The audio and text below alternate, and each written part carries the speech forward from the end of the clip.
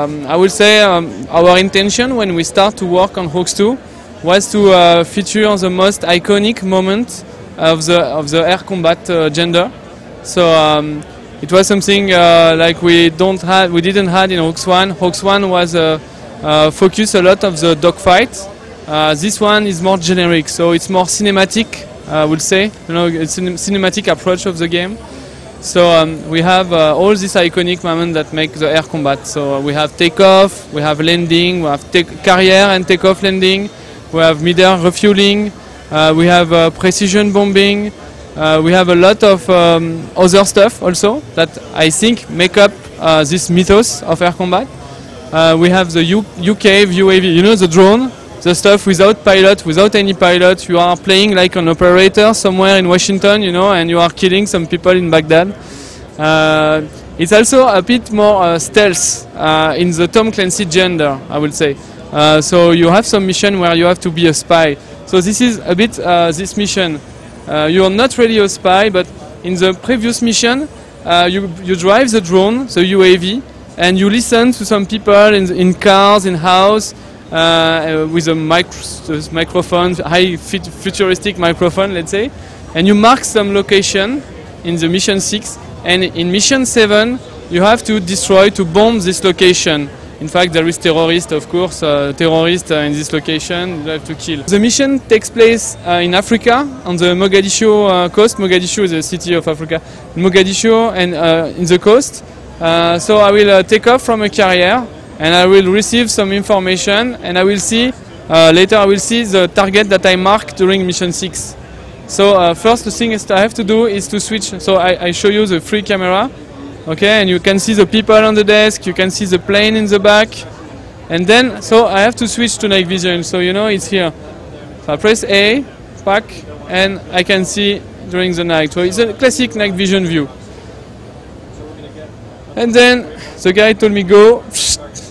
Great sensation of speed, and I take off.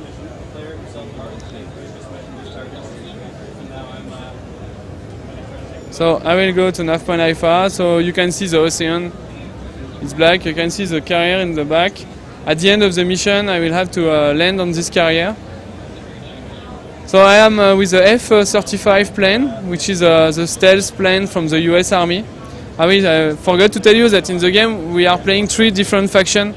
So we play the Russian guy, we play the US pilot, the Hawk Squadron, and we play also the British pilot. And each of them, you have different gameplay that somehow are linked with their army. So with the US, it's the F-35, it's carrier landing and takeoff, it's very iconic. You will see that a bit later in the game what I mean by iconic. So those are the targets that I mark in mission 6. So I am equipped with the precision bombing. The HUD is not final, so I press A. The plane is in autopilot, and I have the camera, the missile camera, and I can zoom at a high level of zoom, in fact, and launch my bomb. So you see where I mark with the red cross, boom, I destroy the plane, the ship. So you see they start to trigger the alarm. They start to be a bit worried. What is that? Who is that guy? What happened to us? So they send some helos in recon. I will have to intercept the helos quite fast, otherwise they could trigger the alert and give my position. So you can see the city on the ground, even if it's night vision and the treatment is strong. But so that's all for the first target. I will go to the next nav point. The game is playable also in co-op in 4, like the first one. Right, that's great. We have also a great TDM match. We have new scenarios like you protect an airport and the other team has to attack the airport.